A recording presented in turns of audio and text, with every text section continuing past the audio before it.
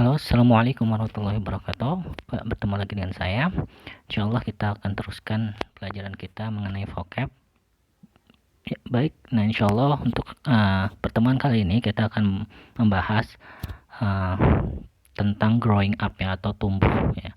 Di sini kalau kalian lihat ada sepotong gambar ya, age and stage in the UK. Jadi di sini menunjukkan umur dan tahapan-tahapan pertumbuhan yang ada di United Kingdom ya. Pertama kalau kalian lihat ini ada 0 bulan, 12 bulan, 3 tahun, 12 tahun, 18 tahun, 40 tahun, 65 tahun, dan terakhir 80 tahun ya. Nah, di sini disebutin ya, kalau umurnya 0 tahun ya, itu dibilangnya itu bayi yang baru lahir ya, birth ya. Jadi the moment baby is born. Jadi kalau misalkan anak umur 0 itu namanya birth ya, jadi baru lahir. Nah, up to 12 months ya, jadi sampai ke 12 tahun itu namanya a baby ya. Berikutnya masuk ke fase berikutnya, yaitu 12 months to 3 years old ya. Jadi 12 bulan sampai 3 tahun itu dinamakan a toddler ya, anak kecil mungkinnya di sini ya. Bukan ya, kalau di Indonesia ini apa namanya? Jadi anak umur 12 sampai 13 tahun. Kalau di luar negeri itu dinamakannya a toddler ya. Jadi dia itu bukan bayi dan dia juga bukan anak kecil. Nah, baru nanti umur 3 sampai 12 tahun itu dinamakan anak-anak kecil ya, a child ya. Nah, di sini disebutkan this period is your childhood ya. Jadi masa ini disebut masa kanak-kanak kalian katanya. Jadi untuk umur 3 sampai 12 itu disebutnya anak-anak, dan itu masa kanak-kanak ya masanya. Nah, berikutnya 13 to 18 approximately ya, kira-kira ya, approximately itu kira-kira ya, atau sekitar ya. Jadi umur 13 sampai 18 itu dibilang a teenager ya. During this period you are in your teens ya. Jadi a teenagers itu ABG lah kurang lebih. Nah, di sini dibilangin masanya juga masa ABG ya, bahasa Indonesianya. Nah, 18 plus itu namanya an adult ya. Jadi orang dewasa, 18 tahun ke atas ya. Nah, di sini berikutnya tahapan berikutnya yaitu 40 ya, 40 plus approximately, jadi sekitar 40 tahun ke atas itu dinamakan people are middle age ya. Jadi apa ya, mungkin bapak-bapak, ibu-ibu, atau mak-mak lah di situ dibilanginnya ya. In the middle of their life, jadi pertengahan tahun lah, umurnya udah di tengah-tengah, middle age itu bisa dibilang seperti itu ya. Nah, masuk ke yang berikutnya yaitu 60, 60 or 65 ya, retirement ya. Jadi apa namanya itu pensiunan lah ya, umur pensiunan, umur 60 sampai 65 tahun katanya ya. Karena di umur ini itu orang biasanya pensiun dari kerja katanya. Nah, berikutnya 80 tahun ke atas, 80 plus itu old age ya, atau dibilang elderly ya, orang tua ya. We usually describe people as elderly. Jadi kalau 80 tahun ke atas baru dibilang elderly ya. Next. Nah, di sini juga approximate age ya. Jadi umur rata-rata. Jadi kalian menyebutkan umur itu bisa saja kalian tidak menyebutkan langsung umur kalian, terutama biasanya perempuan ya. Perempuan itu paling anti menyebutkan umur mereka. Makanya di bahasa Inggris itu ada sebutan umur yang dia itu kira-kira lah. Contoh ini yang pertama, I'm in my early 20s ya. Jadi saya di awal umur 20-an, bisa dibilang gitu ya. Jadi dia itu antara 21 sampai 23 ya. Berikutnya, my parents are in their mid 50s ya. Jadi orang tua saya itu ada di tengah-tengah umur 50 ya. Jadi 54 sampai 56 ya. Berikutnya, my grandmother is in her late 70s ya. Jadi nenek saya itu di akhir atau di ujung umur 70-an ya. Jadi 77 sampai 79 ya. Berikutnya, my grandfather is nearly or almost 80 ya. Jadi bapak saya itu hampir ya, nearly atau almost itu sama, hampir umur 80 tahun ya. Di sini dibilangin mungkin 79 tahun ya. Berikutnya, my English teachers approximately atau roughly 30 ya. Jadi ini sama approximately sama roughly itu kurang lebih kira-kira atau sekitar ya. 30 itu 30 tahun itu. Ini kenapa digunakan ini? Karena kalau misalnya kalian dengar ya, kalau dengar aja nih. Contoh yang yang my grandmother. My grandmother is in her late 70. Jadi seenggaknya ada 70 lah. ya, walaupun di situ dibilangnya late ya. Jadi kalau misalnya orang bilangnya oh saya ada di akhir umur 70 itu enggak 79 banget gitu ya. Jadi enggak kedengeran tua gitu ya, karena orang itu nggak mau kalau misalkan ininya tua ya. Iya, jadi itu salah satu kenapa ada pengucapan yang seperti ini di bahasa Inggris ya. Iya, next ya. Di sini ada past and present ya, masa lalu dan masa sekarang. Di sini ada cerita, my grandmother's name was Mary. Nenek saya namanya Mary. She is dead now. She is dead now ya. Jadi dia itu udah meninggal sekarang katanya ya. She died about 10 years ago when I was in my teens ya. Jadi katanya neneknya itu meninggal 10 tahun lalu ketika si orang ini itu masih dalam umuran ABG ya. But I remember her well ya. Jadi dia itu ingat katanya ya, neneknya. She was brought up on a farm in Wales ya. Jadi brought up di sini itu dibesarkan ya. Sebenarnya brought up di sini dari kata bring up atau membesarkan, karena di sini itu bentuknya bentuk pasif, makanya jadi dibesarkan ya. And her parents were very strict ya. Jadi katanya orang tuanya itu benar-benar strict ya. Strict itu apa namanya itu? Apa ya? Tegas lah bisa dibilang gitu ya. As a teenager, they didn't allow her to listen to the radio or go to parties in the village ya. Jadi katanya ketika neneknya itu masih ABG ya, masa-masa ABG ya. Jadi ketika masa ABG itu orang tua neneknya itu tidak mengizinkan neneknya itu mendengarkan radio atau pergi ke party ya di desa katanya. In the end, she decided to leave home and get job in Cardiff ya. Jadi katanya pada akhirnya itu neneknya itu memutuskan untuk pergi dari rumah dan mendapatkan pekerjaan di Cardiff ya. At first it wasn't easy, but she managed to find work and she also met the man who becomes her husband, my grandfather ya. Jadi pertamanya itu nggak mudah, tapi dia dapat menemukan pekerjaan. Akhirnya dia dapat menemukan pekerjaan dan dia juga ketemu laki-laki yang bakal menjadi suaminya atau kakeknya si pembicara ini ya. My mother was born 4 years later ya. Jadi setelah 4 tahun menikah mungkin ibunya itu lahir.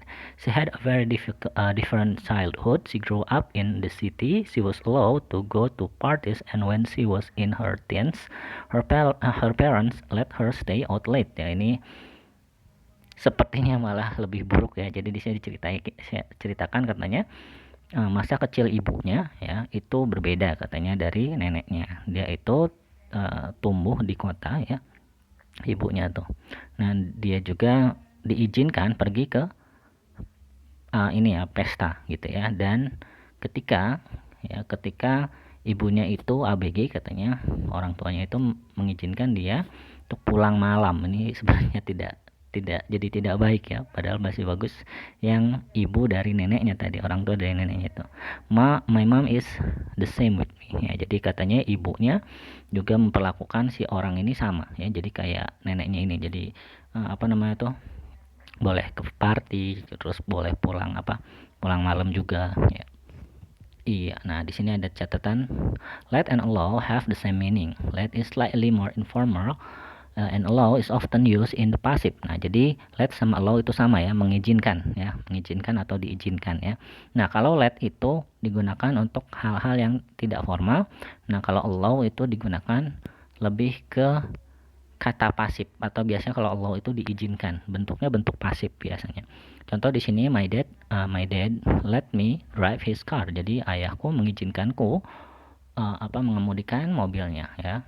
Berikutnya I was allowed ya. Jadi tadi saya bilang kalau yang allow itu dalam bentuknya bentuk pasif. Nanti insya Allah kita kedepannya belajar gimana sih pasif dari suatu cara bikin pasif di suatu kalimat. Kalau kalian nggak tahu pasif itu, kalau di Indonesia saya makan nasi dimakan saya. Nah itu pasif ya.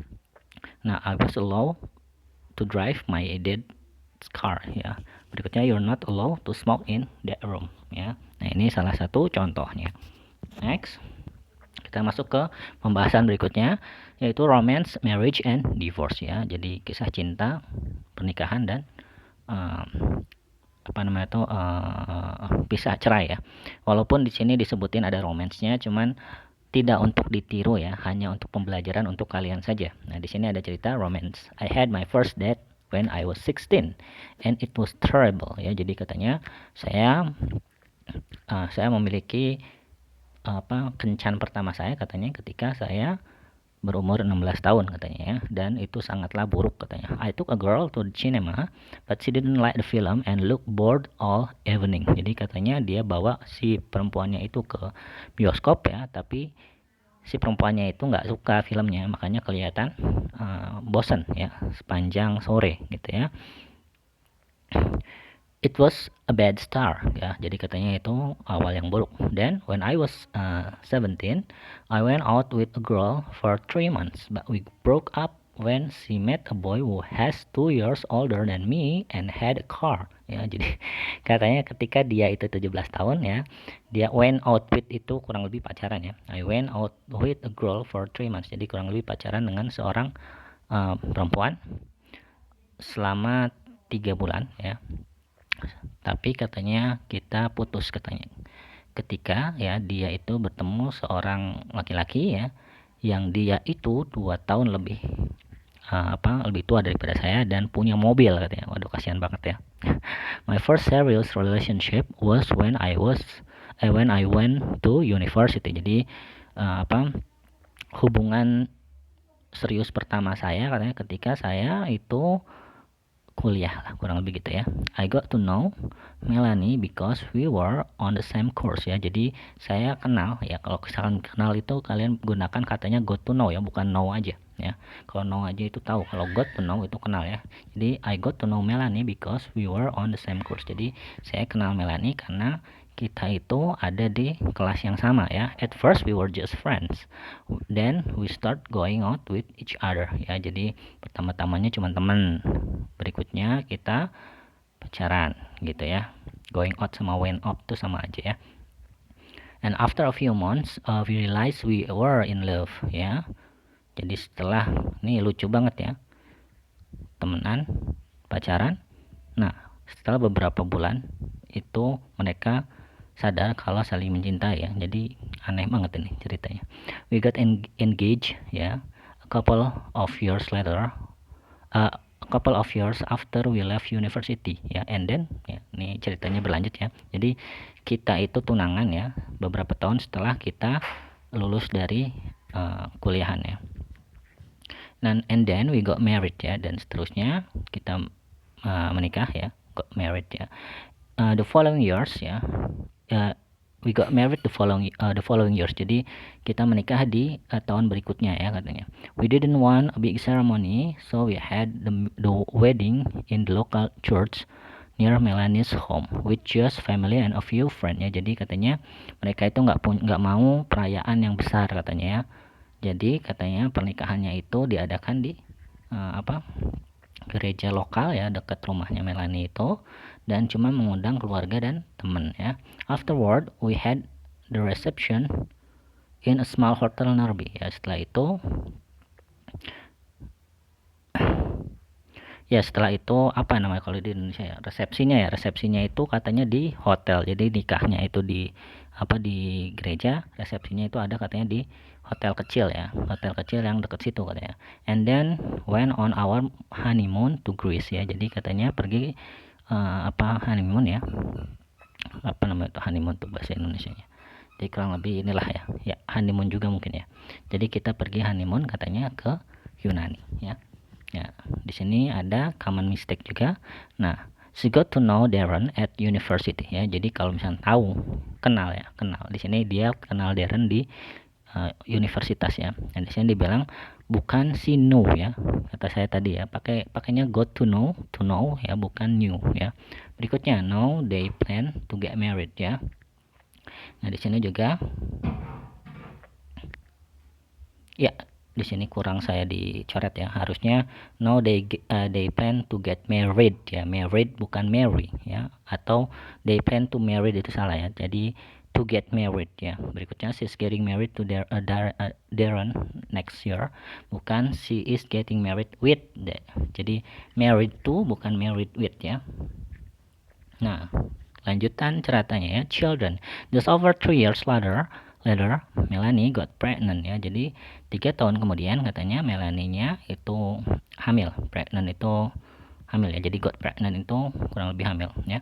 And our first child, Cole, was born just 2 days after our fourth wedding anniversary ya. Jadi katanya anak pertamanya, Cole namanya, itu lahir 2 hari setelah perayaan ulang tahun pernikahan ke-4 katanya ya. We had a big celebration. Jadi katanya perayaan ulang tahunnya itu benar-benar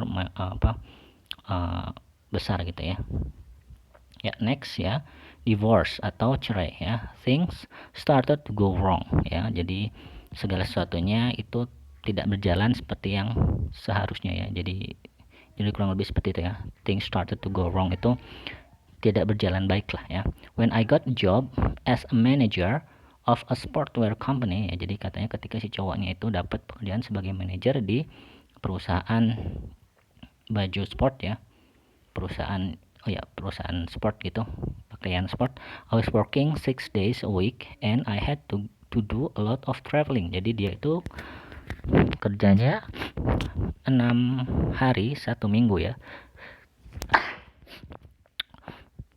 Dan dia juga katanya berpergian, sering sekali berpergian ya. It was difficult for Melanie as well ya. Jadi katanya buat Melanie juga sulit katanya. She was working during the week ya. Jadi kurang lebih istrinya juga ternyata kerja ya.